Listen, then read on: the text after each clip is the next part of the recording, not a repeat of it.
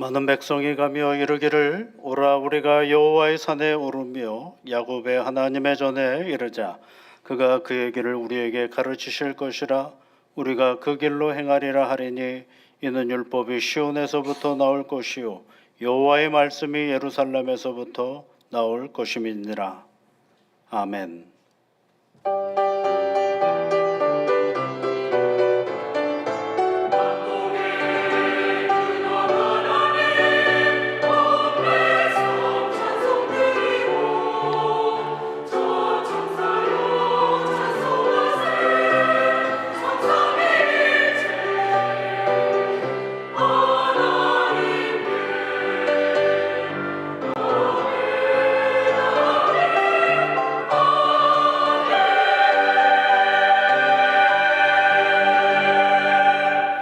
영원히 찬송을 받으시기에 합당하신 여호와 하나님, 우리를 이 예배의 자리로 불러주시니 감사를 드립니다. 세상 속에서 하나님의 백성으로 살던 주의 자녀들을 이 시간 착하고 충성된 종화하시며 격려와 칭찬으로 함께하여 주시옵소서. 우리의 죄와 허물을 깨끗하게 하시는 우리 구주 예수 그리스도의 은혜 안에서 감사와 찬양으로 예배드리게 하옵소서. 예수 그리스도의 이름으로 기원하옵나이다. 아멘.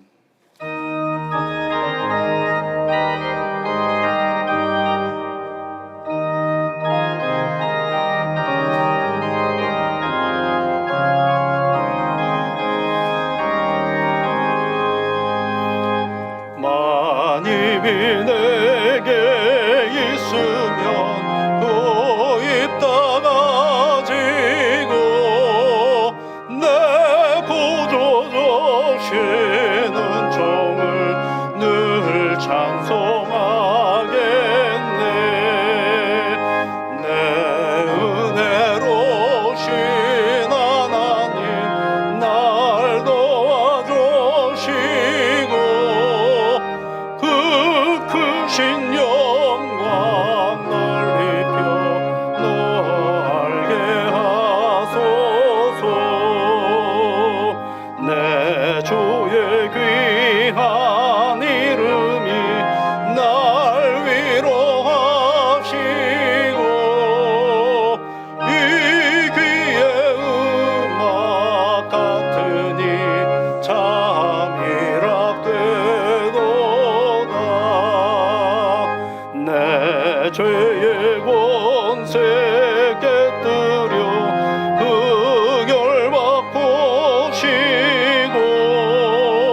이 추한 마음을 비로소 고정케 하셨네.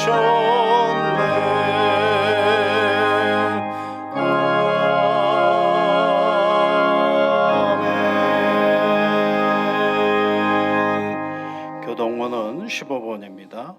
여호와는 나의 빛이요 나의 구원이시니 내가 누구를 두려워하리요.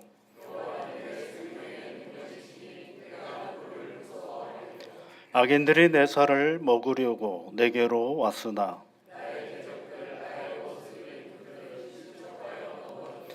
군대가 나를 대적하여 진칠지라도 내 마음이 두렵지 아니하며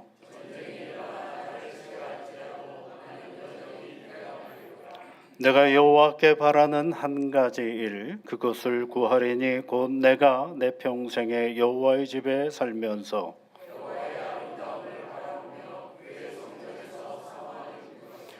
여호와께서 환난 날에 나를 그의 초막 속에 비밀히 지키시고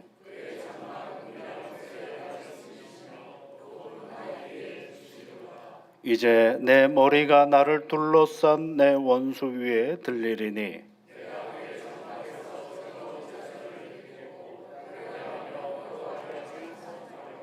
아멘.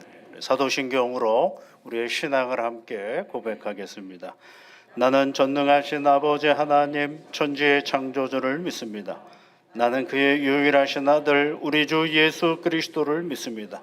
그는 성령으로 잉태되어 동정녀 마리아에게서 나시고 본디오 빌라도에게 고난을 받아 십자가에 못 박혀 죽으시고 장사된 지 사흘 만에 죽은 자 가운데서 다시 살아나셨으며 하늘에 오르시어 전능하신 아버지 하나님 우편에 앉아 계시다가 거기로부터 살아있는 자와 죽은 자를 심판하러 오십니다. 나는 성령을 믿으며 거룩한 공교회와 성도의 교제와 죄를 용서받는 것과 몸의 부활과 영생을 믿습니다. 아멘.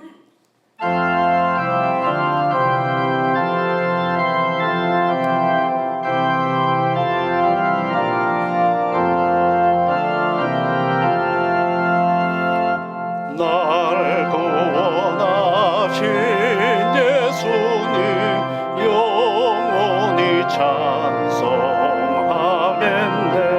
저 죄인 어서 주께 와 죄 사유하시 받으라. 구하라 주실 것이요 찾으라 얻을 것이라.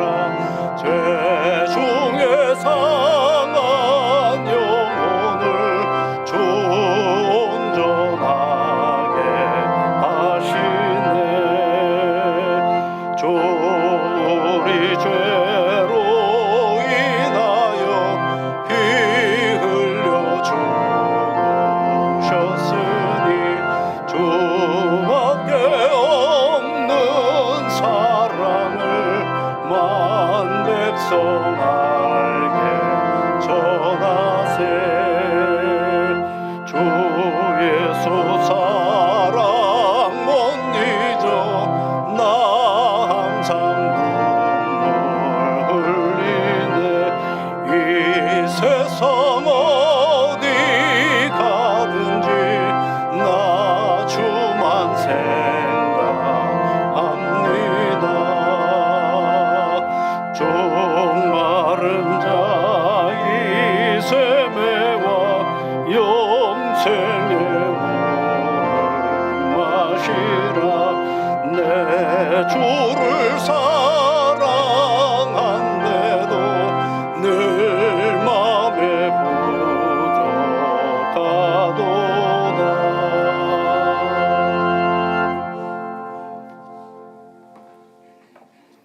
부족하도다. 우리를 사랑하시는 하나님, 한여름의 무더위를 이겨내게 하시고 예배 자리로 다시 부르심에 감사를 드립니다.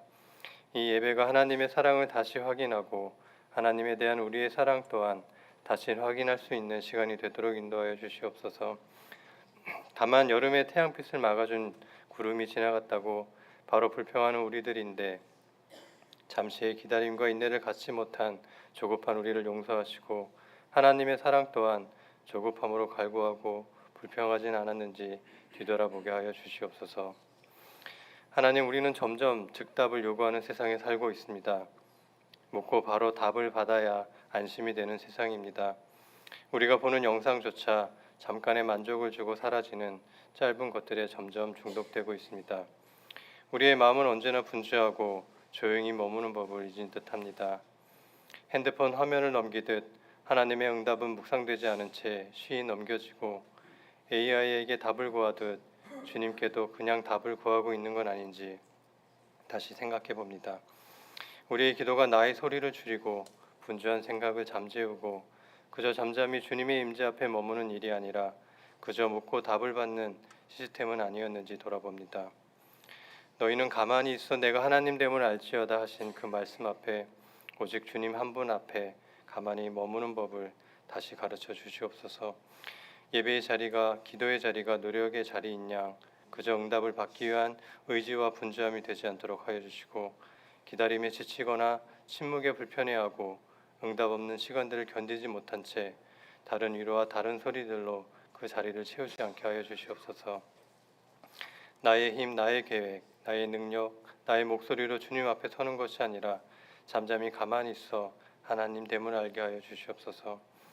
주변의 작은 말 한마디에 무너지고 관계 속에서 불안해하고 감정에 쉽게 흔들리지 않도록 주님 앞에 가만히 서 있게 하여 주시옵소서.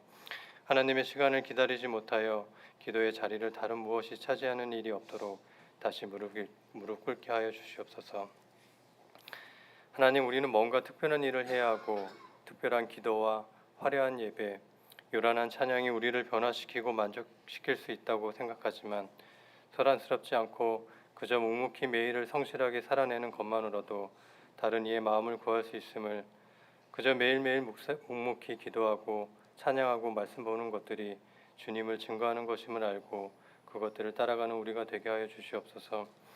매주 성실히 드리는 이 예배가 다른 것이 아닌 우리 삶을 하나님과 함께하는 삶으로 인도하는 것임을 알고 오늘 이 자리에서 시작된 아픈 이들을 위한 중보의 기도, 여름 행사를 잘 마침에 드리는 감사의 기도, 매주 보이지 않은 곳에서 묵묵히 맡은 바 사명을 감사하는 일을 위한 축복의 기도들이 하나님께서 응답하시고 하나님 됨을 보여줄 줄 믿으며 이 모든 말씀 물러나 한적한 곳에서 홀로 기도하시는 예수님의 이름으로 기도드립니다. 아멘.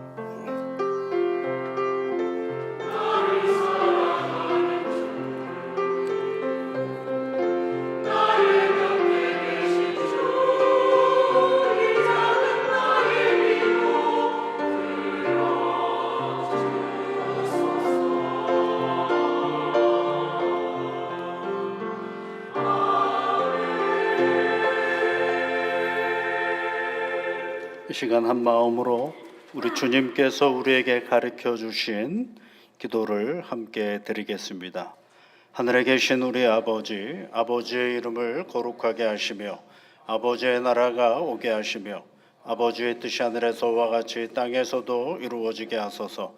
오늘 우리에게 일용할 양식을 주시고 우리가 우리에게 잘못한 사람을 용서하여 준 것 같이 우리 죄를 용서하여 주시고 우리를 시험에 빠지지 않게 하시고 악에서 구하소서. 나라와 권능과 영광이 영원히 아버지의 것입니다. 아멘. 오늘 우리에게 주시는 하나님의 말씀은 구약성경 전도서 10장 1절부터 20절까지 말씀입니다. 구약성경 958면에 있습니다. 전도서 10장 1절부터 20절까지 말씀을 우리 함께 같이 읽겠습니다. 죽은 파리들이 향기름을 악취가 나게 만드는 것 같이 적은 우매가 지혜와 존귀를 난처하게 만드느니라. 지혜자의 마음은 오른쪽에 있고 우매자의 마음은 왼쪽에 있느니라. 우매한 자는 길을 갈 때에도 지혜가 부족하여 각 사람에게 자기가 우매함을 말하느니라. 주권자가 내게 분을 일으키거든 너는 내 자리를 떠나지 말라. 공손함이 큰 허물을 용서받게 하느니라. 내가 해 아래에서 한 가지 재난을 보았노니 곧 주권자에게서 나오는 허물이라. 우매한 자가 크게 높은 지위들을 얻고 부자들이 낮은 지위에 앉는도다. 또 내가 보았노니 종들은 말을 타고 고관들은 종들처럼 땅에 걸어 다니는도다. 함정을 파는 자는 거기에 빠질 것이요 담을 허는 자는 뱀에게 물리리라. 돌들을 떠내는 자는 그로 말미암아 상할 것이요 나무들을 쪼개는 자는 그로 말미암아 위험을 당하리라. 철련장이 무디어졌는데도 나를 갈지 아니하면 힘이 더 드느니라. 오직 지혜는 성공하기에 유익하니라. 주술을 베풀기 전에 뱀에게 물렸으면 술객은 소용이 없느니라. 지혜자의 입의 말들은 은혜로우나 우매자의 입술들은 자기를 삼키나니 그의 입의 말들은 시작은 우매요 그의 입의 결말들은 심히 미친 것이니라. 우매한 자는 말을 많이 하거니와 사람은 장래일을 알지 못하나니 나중에 일어날 일을 누가 그에게 알리리요. 우매한 자들의 수고는 자신을 피곤하게 할 뿐이라 그들은 성읍에 들어갈 줄도 알지 못함이니라. 왕은 어리고 대신들은 아침부터 잔치하는 나라여 내게 화가 있도다. 왕은 귀족들의 아들이요 대신들은 취하지 아니하고 기력을 보하려고 정한 때에 먹는 나라요 내게 복이 있도다. 게으른즉 석가래가 내려앉고 손을 얹은즉 집이 새느니라. 잔치는 희락을 위하여 베푸는 것이요 포도주는 생명을 기쁘게 하는 것이나 또는 범죄에 이용되느니라. 심중에라도 왕을 저주하지 말며 심실에서라도 부자를 저주하지 말라. 공중의 새가 그 소리를 전하고 날짐승이 그 일을 전파할 것임이니라. 아멘.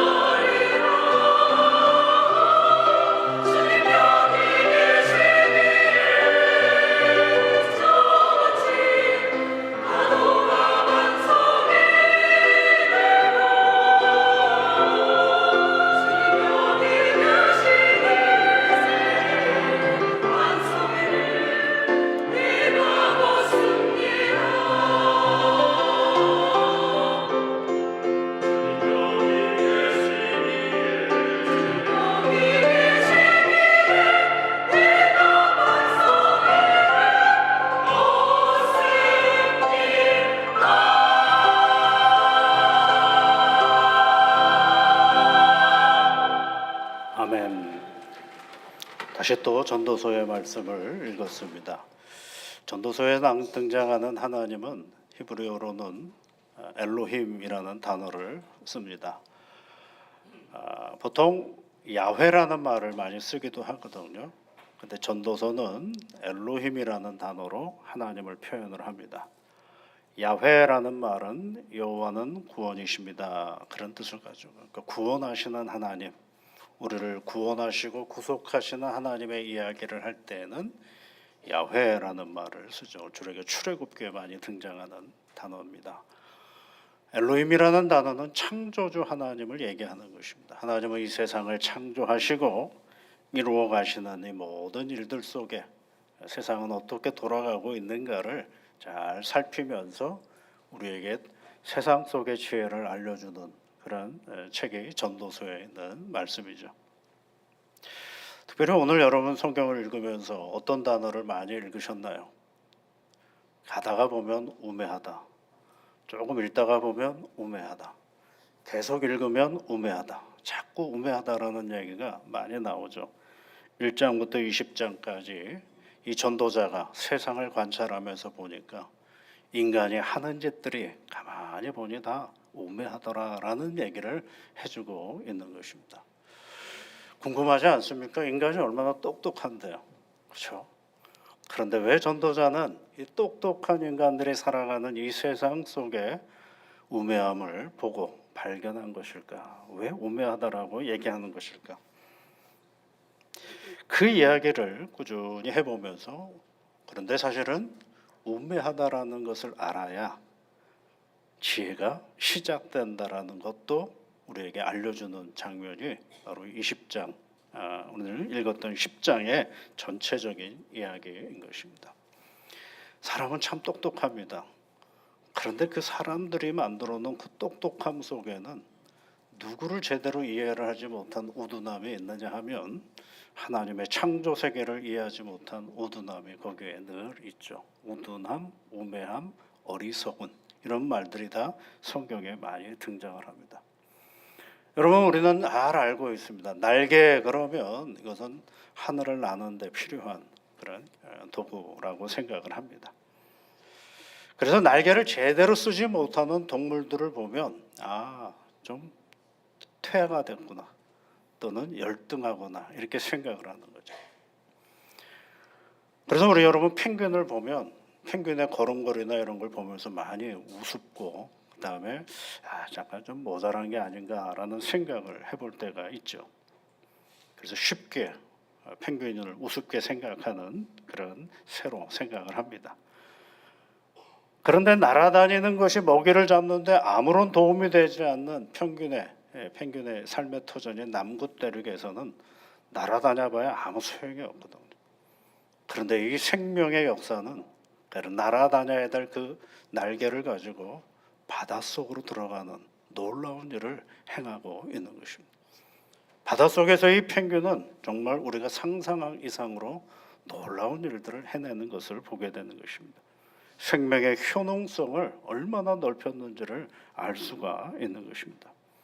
그걸 보면 하나님의 창조 세계는 우리의 작은 인식으로 다 받아들일 수 없다라는 것을 알 수가 있는 것이죠. 그럼에도 불구하고 그 펭귄을 볼 때 우스갯소리 얘기나 하고 때로는 그 열등한 새인 것처럼 얘기할 때가 있죠. 사실은 문제가 있다고 한다면 좁은 인간의 통념이 문제이지 그 펭귄 자체에게는 하나 문제가 되지를 않죠. 조류를 인간의 생각으로 재단하여 그들에게 가치의 우열을 매기는 우매한 일을 누가 하고 있는 거예요? 인간이 하고 있는 것입니다. 자기 기준이 인간의 기준이면 모든 것이 기준이 되는 것이냐 오만하게 이럴 때 없는 것이죠. 전도자는 그걸 아는 겁니다. 그래서 똑똑한 사람들이 세상을 살아가는 그 내면을 살펴보니까 한없이 우매하고 어리석은 인간들의 모습을 너무너무 많이 발견하고 있는 것입니다. 맹자라는 책에도 그런 얘기가 있습니다. 어리석고 성급한 송나라 사람이 논에 벼를 쫙 심어놨는데 잘 자랄 줄 알았는데 옆에 논에 보면 자기 건 너무 안 자라고 있는 것을 보게 됩니다. 매일 나가서 자기 논에 밭을 보는데 논에 벼를 보는데 안 자라요. 근데 옆에 사람의 벼는 얼마나 잘 자라는지 몰라요. 마음이 속상하죠. 왜 내 거는 안 자라지? 기분도 좋지 않고 마음이 초조하기 시작합니다. 그러던 그가 어느 날 바짓가랑이를 접고 논에 들어가서 벼를 하나씩 다 이렇게 쏠쪽쏠 뽑아내는 겁니다. 그 순을 조금씩 뽑아내면서 그렇게 하면 잘 자랄 줄 알고 그렇게 행합니다. 그리고 흡족해 합니다. 왜냐하면 다른 것과 비교해 보니까 얼추 맞는 것 같기도 하고 괜찮은 것 같기도 합니다. 그런데 결국 벼는 하얗게 말라 죽고 마는 것이죠. 이 이야기는 발묘조장이라는 고사성어의 유래가 되는 이야기입니다. 시간을 앞당기려는 조바심이 오히려 이를 더 심해지도록 부추긴다라는 교훈을 주는 것이죠. 그래서 바람직하지 않은 일을 더 심해지도록 부추기는 것을 조장이라고 얘기합니다. 조장한다 그런 표현 쓰지 않습니까? 그러니까 인간의 어리석음을 말해주는 거죠. 인간의 어리석음은 여러분 이루 헤아릴 수가 없습니다. 엄청나게 똑똑한 사람들이 행하는 일들의 이면을 보면 지극히 어리석다라는 것입니다. 전도자는 그걸 본 거예요. 사람이 행하는 일들을 가만히 보니까 얼마나 똑똑한지 몰라요. 그 똑똑함에 밑을 쭉 깊이 들어가니까 세상에 이렇게 무지하고 어리석은 종자들이 있나 한 정도로 한심하게 이를 데 없는 인간의 모습을 보여주고 있는 것이죠. 이스라엘의 역사 속에서 가장 우매한 왕이라고 한다 그러면 르호보암이라는 왕입니다. 아버지가 솔로몬이거든요. 아버지가 솔로몬이 죽고 그리고 나서 이제 아버지와 함께 일을 했던 여로보암이라는 신하가 이 르호보암이 왕이 됐다라는 이야기를 듣고 백성들과 함께 와서 부탁을 합니다. 왕에게 당신 아버지가 너무 일을 많이 시켰으니까 우리 일 좀 그만하게 해주십시오. 좀 평안하게 살게 해주십시오라고 르호보암에게 얘기를 합니다. 르호보암 왕이 아버지 세대에 있었던 원로 신하들에게 물어요. 이럴 때 어떻게 해야 됩니까? 그랬더니 이 원로 신하들이 그들을 따뜻하게 대해 주십시오. 그들 말을 잘 들어주시면 좋겠습니다. 그러면 영원토록 당신의 충성된 신하들이 될 것이 백성들이 될 것입니다라고 얘기를 합니다. 귀뚱으로도 듣지를 않죠. 그래서 젊은 신하들에게 묻습니다. 어떻게 하면 좋겠느냐? 그랬더니 절대로 양보하면 안 됩니다. 지금 왕을 얕잡아 보는 행위이니까 가만두면 안 됩니다. 더 짓눌러 버려야 됩니다. 더 막강하게 해야 됩니다. 그래서 여로보암이 오니까 뭐라고 얘기를 합니까? 열왕기상 12장 14절 말씀에 내 아버지는 너희의 멍에를 무겁게 하였으나 나는 너희의 멍에를 더욱 무겁게 할지라. 내 아버지는 채찍으로 너희를 징계하였으나 나는 전갈 채찍으로 너희를 징치하리라 라고 얘기를 합니다.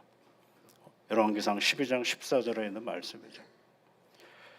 여러분 그 다음에 어떻게 됐습니까? 나라가 분열이 되죠. 북이스라엘과 남유다로 갈립니다. 미련한 한 인간 때문에 권력을 가지고 있으면 이리저리 잘 살피고 또 살펴야 되는데 미련한 인간의 하나가 왕이 되자마자 나라를 두 쪽으로 갈라놓은 겁니다. 그렇게 나라가 만들어지기까지 다윗과 솔로몬과 사울부터 얼마나 많은 수고와 애씀이 있었는데 갈라지는 건 한순간이에요.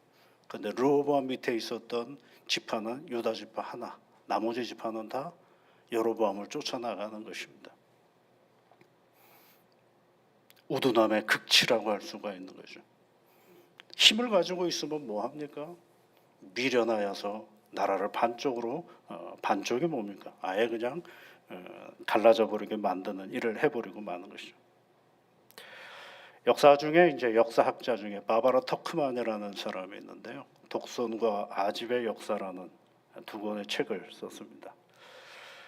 인류의 역사가 가진 지난 3000년 동안 권력자들이 저지른 숱한 어리석음을 드러내는 이야기입니다. 3000년 동안 이어진 바보들의 행진에 대한 기록이라고 얘기를 해요. 그래서 원제가 바보들의 행진 이렇게 돼 있어요. 트로이에서부터 베트남까지라는 부제가 붙어 있고요. 요즘에 영화관에서 아주 인기 있는 영화가 그 트로이의 이야기가 시작되는 영화가 있죠. 놀만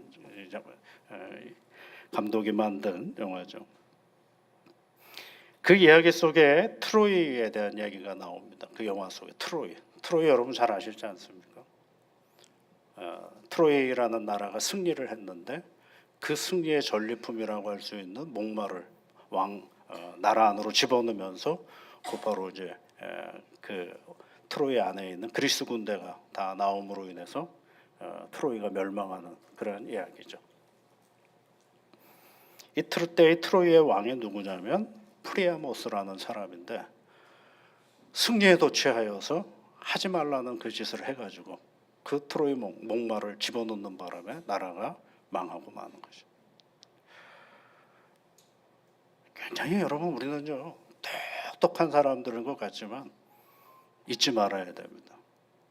전도자가 우리에게 가르쳐주는 사실을 잊지 말아야 됩니다. 지극히 우매한 존재라는 사실입니다. 거기서부터 뭐가 시작이 되느냐? 지혜가 시작이 된다라는 사실을 말해주고 있는 것입니다. 우매함, 우둔함, 우리에게 멀리 있지 않습니다. 그래서 오늘 성경 뭐라고 얘기를 하고 있어요? 여러분 2절 말씀에 지혜자의 마음은 오른쪽에 있고 우매자의 마음은 왼쪽에 있다 그랬어요. 뭐예요? 다르지만 멀리 있지 않다 그 얘기인 것입니다. 오늘 전도자는 우매한 자들이 설치는 세상, 우매한 사람들의 탓에 살기 힘든 세상을 고발하고 있는 것입니다.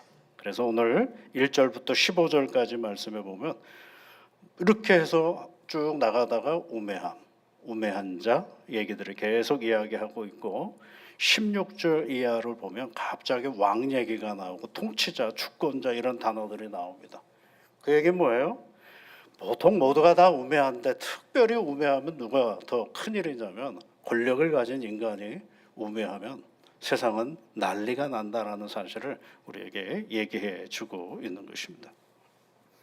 사람은 굉장히 이성적인 존재예요. 그리고 합리적이라고 생각을 합니다. 그럴듯하지만 이성적인 존재이면서 합리적으로 만들었던 그 일들이 우리가 살아가는 세상과 그 역사의 현장들 속에서는 오히려 인간을 굉장히 괴롭히는 일이 되어버리고 말 때가 있습니다. 앞서 얘기했던 그 크리스토퍼 놀란이라는 그 영화 감독이 만든 영화 중에 오펜하이머라는 영화가 또 있습니다. 이 오펜하이머는 세계 천재적인 물리학자인데요. 핵폭탄을 만든 사람이죠. 왜 만들었을까 핵폭탄을요? 당시에 이 전쟁 때에 독일의 나치가 상상할 수 없는 놀라운 무기를 만든다라는 첩보를 미국이 받게 됩니다. 그래서 갑자기 이제 그보다 더 능가하는 무기를 만들어야 되겠다라는 미국의 당국의 계획에 따라서 그 일환으로 이제 오펜하이머를 중심으로 하는 핵폭탄을 만들게 되죠. 그런데 여러분 원래 일본에게 터뜨리려고 했던 게 아니라 독일에게 터뜨리려고 했던 것입니다. 근데 역사는 참 이상해요. 독일 때문에 만들었는데 터뜨리기는 어디다 갖다 터뜨렸어요? 일본에다 갖다 터뜨리고 다시는 그런 폭탄을 못 만들게 하려고 비밀리 했는데 그게 새어나가지고 몇 해 만에 소련이 또 폭탄을 만들 때가 있어요. 그러면 어떻게 소련이 그 폭탄을 만들게 되었느냐?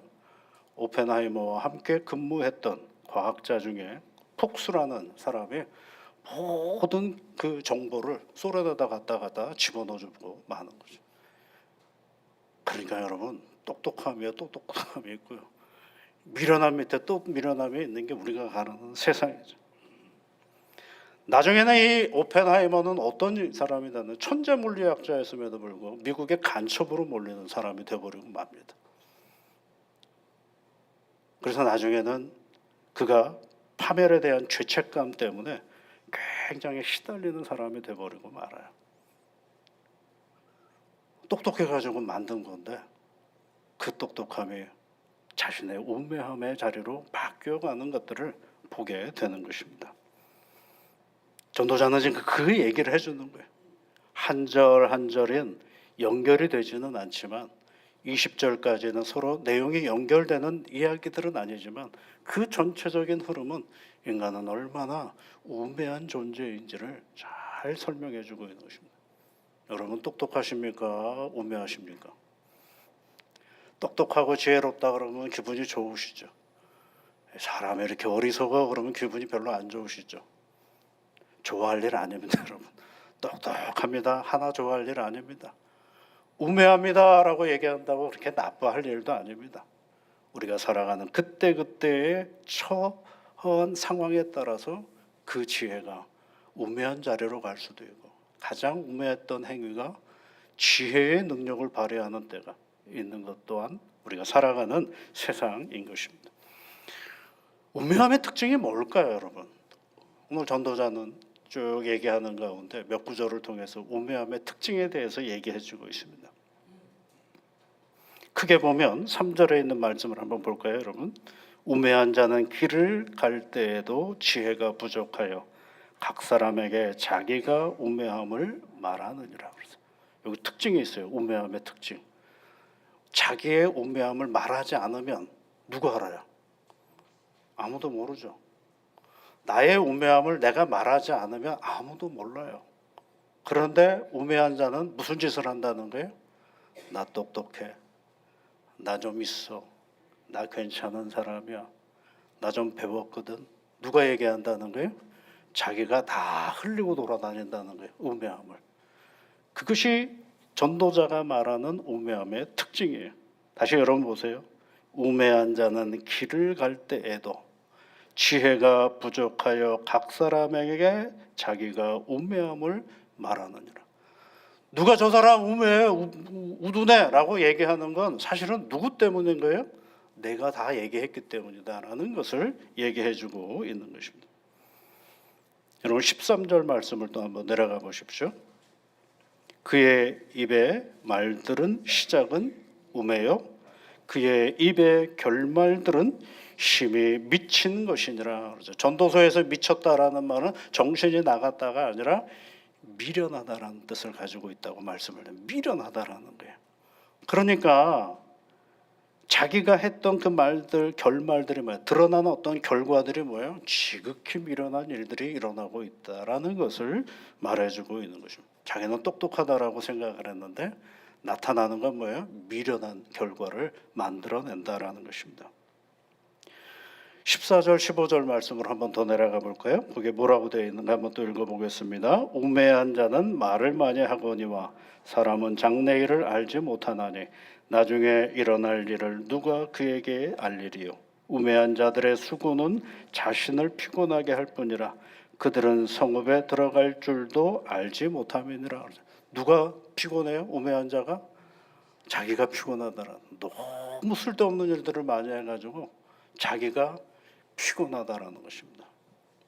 여러분 피곤하십니까? 네.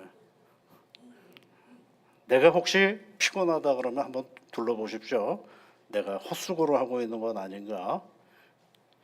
그리고 거기에 보면 그들의 성읍에 들어갈 줄도 알지 못한다라는 얘기는 너무 피곤하고 힘이 없어서 자기 집에 갈 기력도 없다, 그런 얘기예요. 이게 너무 쓸데없는데 정신을 다 팔아가지고 집 갈 힘도 없다라는 얘기를 해주고 있는 것입니다. 여러분 우매하면 자기가 하는 일이 똑똑한 것 같은데 우매한 일들이 참 많아요. 그 대표적인 사람을 성경에서 한번 찾아보니까 에스더서에 나오는 하만이라는 사람이 있어요. 에스더서의 주인공은 에스더고 또 그의 삼촌 모르드게가 있고, 이 모르드게하고 하만은 별로 좋아하지 않아. 서로 앙숙이에요. 근데 하만은 당시에 아하수에로 왕의 충실한 종이거든, 신하거든요. 근데 이 모르드게를 가만둘 수가 없어가지고 하만이 꾀를 하나 냈는데 왕에게 충성을 다하면서 이런 얘기를 합니다. 왕이시여, 당신에게 충성하지 않는 사람들을 저 긴 장대를 만들어 거기에 매달아 죽입시다. 그래서 본보기로 삼읍시다라고 제안을 합니다. 그래서 그걸 법으로 만들자 그래요. 왕이 자기를 위하는 일이니까 당장 그럼 법으로 만들으라 그러죠. 법으로 만들었어요. 그런데 그 장대에 누가 달려 죽느냐면 하만이라는 사람이 자기가 달려 죽는 거죠. 그걸 뭐라 그래요? 자기 꾀에 자기가 넘어갔다라고 할 수가 있는 거죠. 본래 자기는 똑똑하다라고 생각을 했어요. 내가 하나님이 아닌 이 누구의 이 왕의 총애를 받는 사람이니까, 왕이 내 말을 다 들으니까 왕에게 제안을 하고 왕에게 귀한 선물을 주면 능히 해줄 거라고 생각을 했어요. 그래서 만들어줬거든요. 근데 그 중간에 누가 있다라는 걸 잊어버렸어요. 총애를 받는, 똑같이 총애를 받는 에스더가 있다라는 걸 잊어버린 거예요. 여러분, 헛똑똑이가 돼서는 안 되거든요. 결국 그래가지고 누가 죽어요? 하만이 죽습니다. 이런 현상을 전도자는 뭐라고 얘기를 하느냐 하면 5절과 7절 말씀으로 가보시면 재난이라고 얘기를 해요. 여러분 5절부터 한번 읽어볼까요? 5절 말씀, 5절 6절 말씀을 한번 읽어보겠습니다. 내가 해 아래서 한 가지 재난을 보았노니 곧 주권자에게서 나오는 허물이라. 우매한 자가 크게 높은 지위들을 얻고 부자들이 낮은 지위에 앉는도다. 그러죠. 거기 특별히 5절 말씀에 보시면 내가 해 아래에서 한 가지 재난을 보았노라. 그러죠. 그 보았던 재난이라는 말은 다른 말로 말하면은 히브리어의 의미는 악의 악. 내가 한 가지 세상에서 악을 보았다. 그러죠. 그 악이 뭐예요? 어리석음, 우매함을 보았다라고 얘기하는 거죠. 그런데 그 악을 권력자가 가지고 있을 때, 주권자가 가지고 있을 때, 그때 그것이 얼마나 큰 위험한 것인지를, 얼마나 세상을 악하게 만들어가는지를 보았다라고 얘기를 하는 것입니다. 그러면서 이제 전도자는 그 우매함의 위험성을 얘기해주고 있습니다. 우매함의 위험성이 뭐냐? 1절에 있는 말씀인데요. 1절을 우리 한번 또 같이 읽어보겠습니다. 죽은 파리들이 향기름을 악취가 나게 만드는 것 같이 적은 우매가 지혜와 존귀로 난처하게 만드느니라. 그러죠. 적은 우매라고 하죠. 향기름이 뭐예요? 아름다운 향이 나는 그런 기름인데 거기에 뭐가 빠져 죽은 거예요? 파리가 빠져져. 얼른 건져내야 되는데 건져내지 않으면 그게 뭐예요? 그게 썩어가지고 악취가 나게 만드는 것들은 똑같은 거죠. 가끔 엘리베이터를 타다 보면 담배 피고 타시는 분들이 계세요. 담배 냄새를 지우려고 거기다가 향에 짙은 껌을 씹어요. 어우, 정말 힘들어요. 엘리베이터가. 그렇죠? 예. 아름다운 향이 나는 향기에 파리가 떨어져 죽었으니 얼른 건져내야 되는데 그렇지 않으면 거기 뭐가 된다는 거예요? 썩은 거다. 근데 향기름이 많아요? 파리가 많아요? 향기름이 더 양이 많잖아요. 그거를 빗대어서 얘기하는 겁니다. 적은 우매함이 우리의 지혜와 존귀를 뭐라고 되어 있다고요?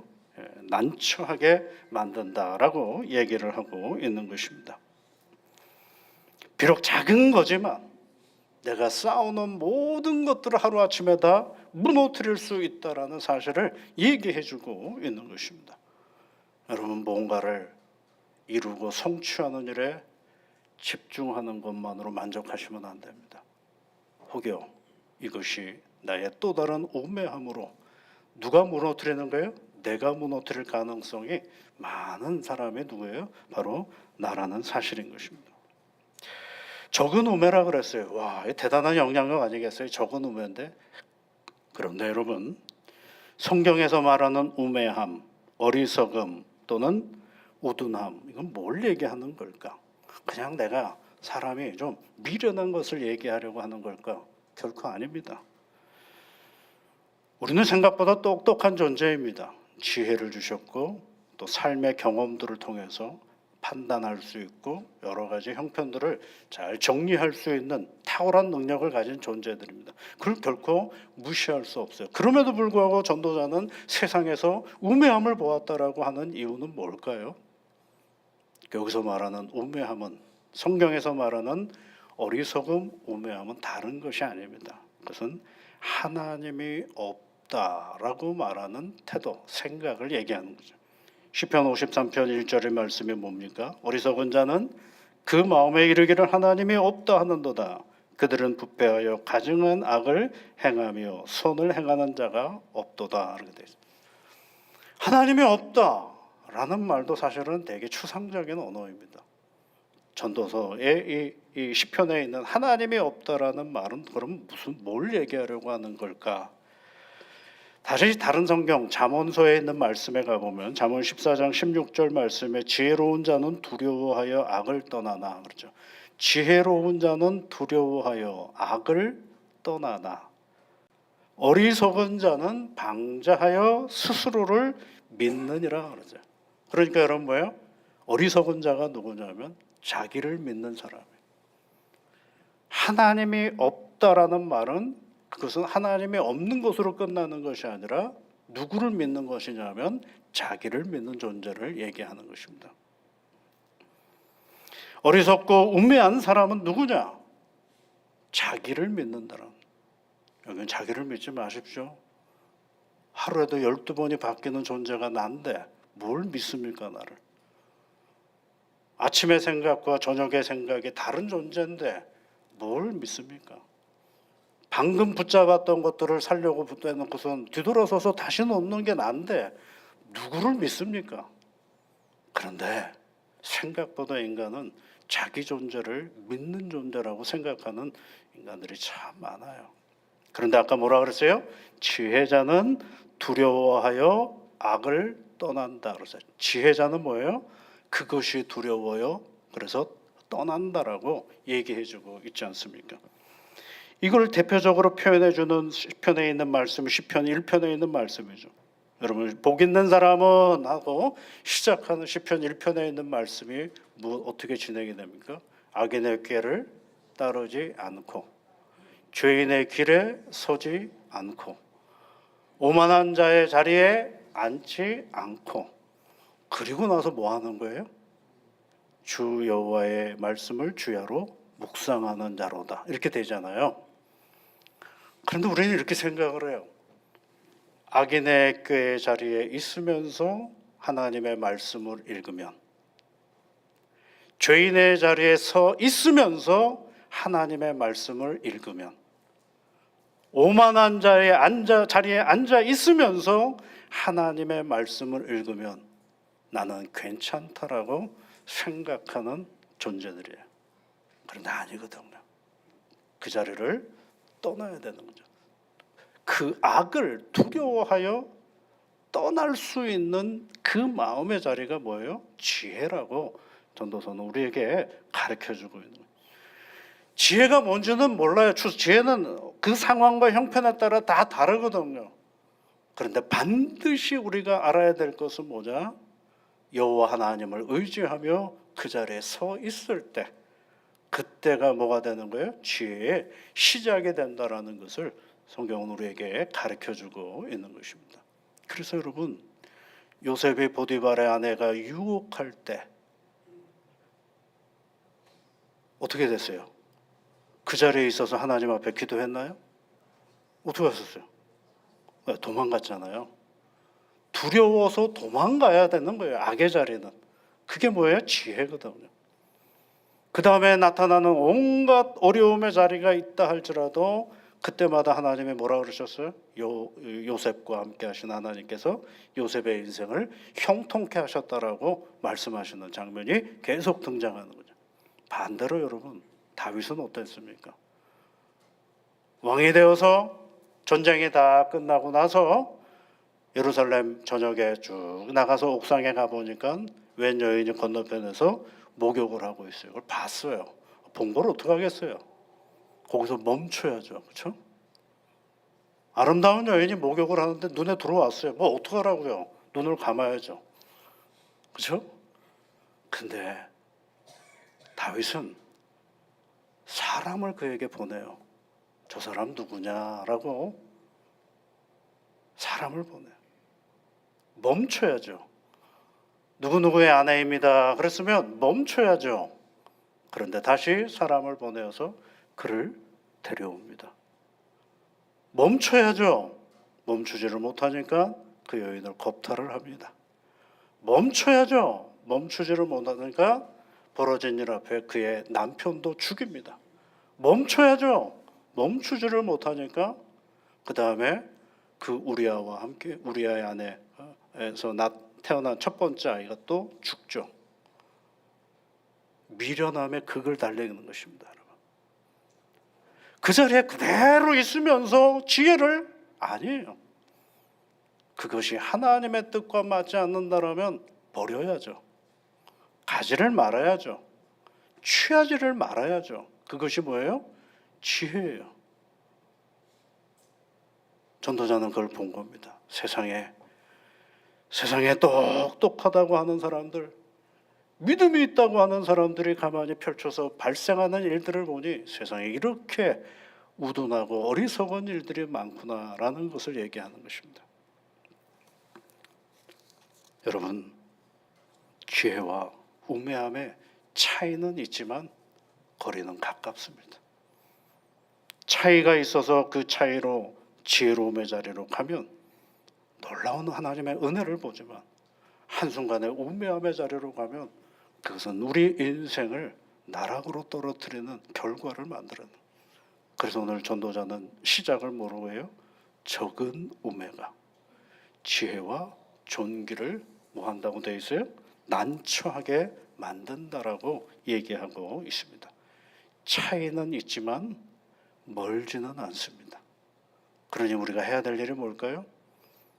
우리는 나를 믿을 것이 아니라 하나님을 의지하고 믿고 따라가야 할 그러한 믿음의 사람이라는 사실을 우리가 다시 기억하면서 오늘도 조금 더 긴장하는 가운데 하나님과 함께함으로 지혜의 길을 걸어가는 사랑하는 우리 모든 성도님들이 되시기를 주의 이름으로 축복합니다.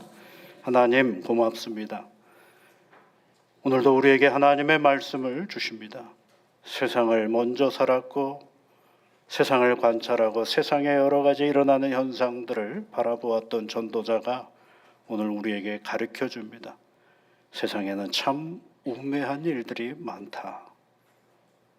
그것은 다른 사람의 이야기가 아니라 내 인생의 이야기일 수 있음을 잊지 않고, 오늘도 나를 의지하며 살아가는 내 인생이 아니라 하나님을 의지하며 하나님의 길을 따르는 믿음의 사람들이 다 되도록 지켜 인도하여 주시옵소서. 예수님 이름으로 기도드립니다. 아멘.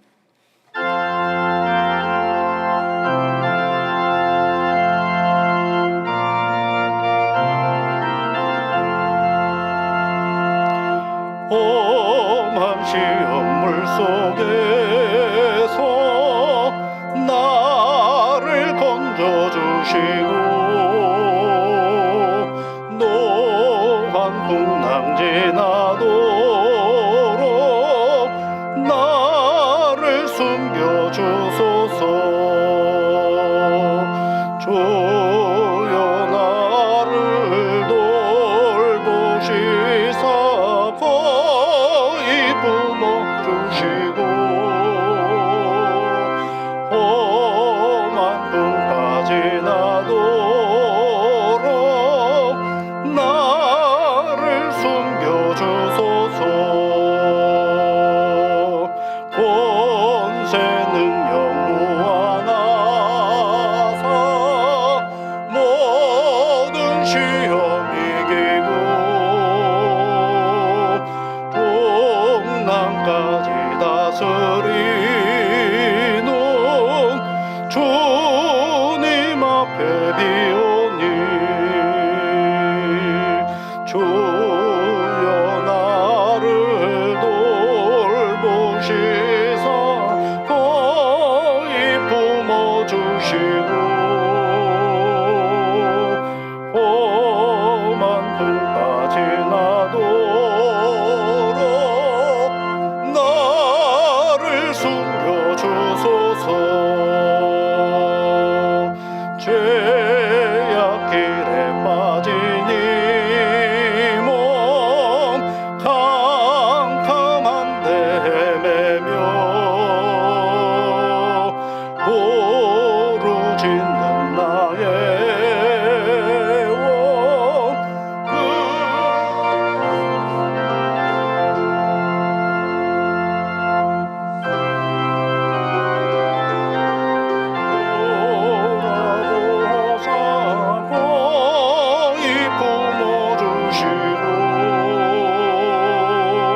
험한 중 빠지나도록 나를 숨겨주소서.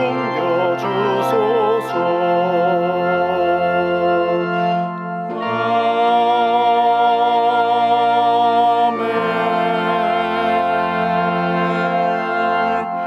범사에 감사하라 하신 하나님 아버지, 감사의 마음으로 귀한 예물을 드리게 하시니 또한 감사를 드립니다. 이 시간은 우리의 것을 드리는 시간입니다. 취하고 모으고 늘리는 것이 우리의 인생의 전부가 아니라 손에 붙잡고 있는 것들을 스스로 내려놓는 것도 우리의 인생이라는 사실을 아는 시간이 되게 하여 주옵소서. 내 삶을 주신 하나님께서 내 삶을 거둬가신다라는 이 분명한 사실 앞에서 오늘을 너무 염려와 근심으로 삶을 채우는 우매함을 벗어버리고 하나님 안에서 내게 주어진 삶을 더 즐겁게 감사하며 누리는 인생이 되게 도와주시옵소서. 여전히 오늘도 복 주시는 하나님을 신뢰하며 감사하는 시간이 되도록 이 한 주간도 이끌어 주옵소서. 예수님 이름으로 기도합니다. 아멘.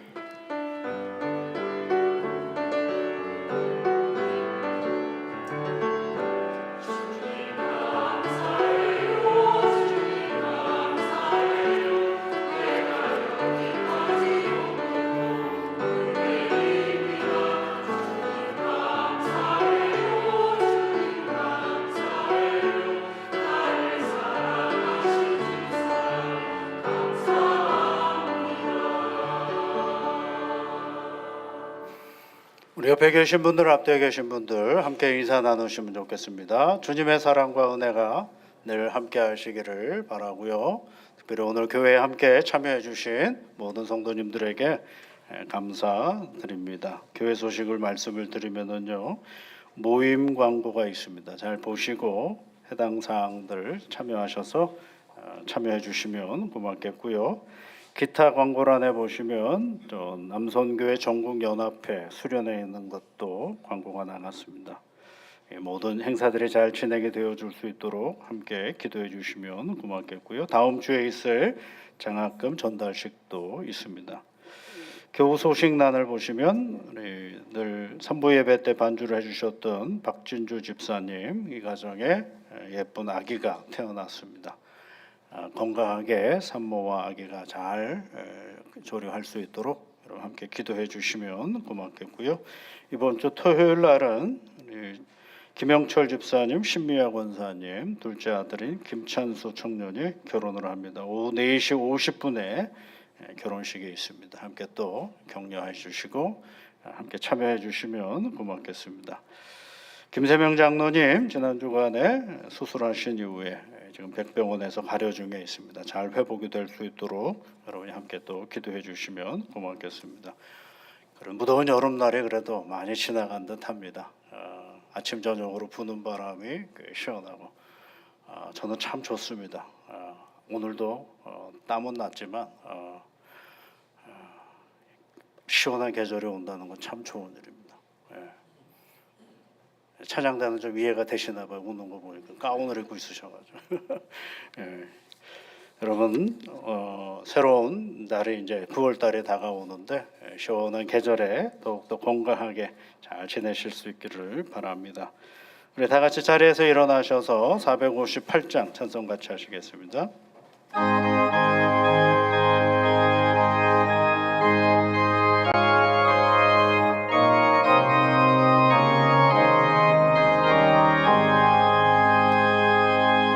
너희 마음에 슬픔이 가득할 때 주가 위로해 주시리라.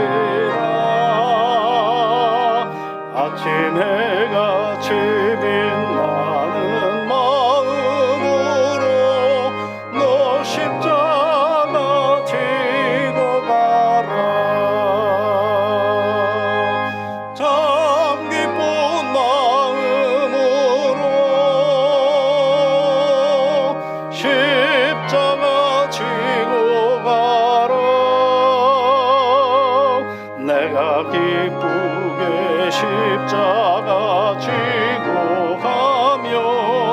슬픈 마음이 위로받네.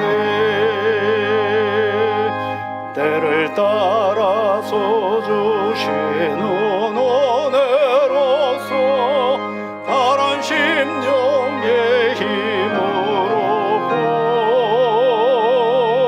주가 언약한 말씀을 기억하고 너 십자가 지고 가라.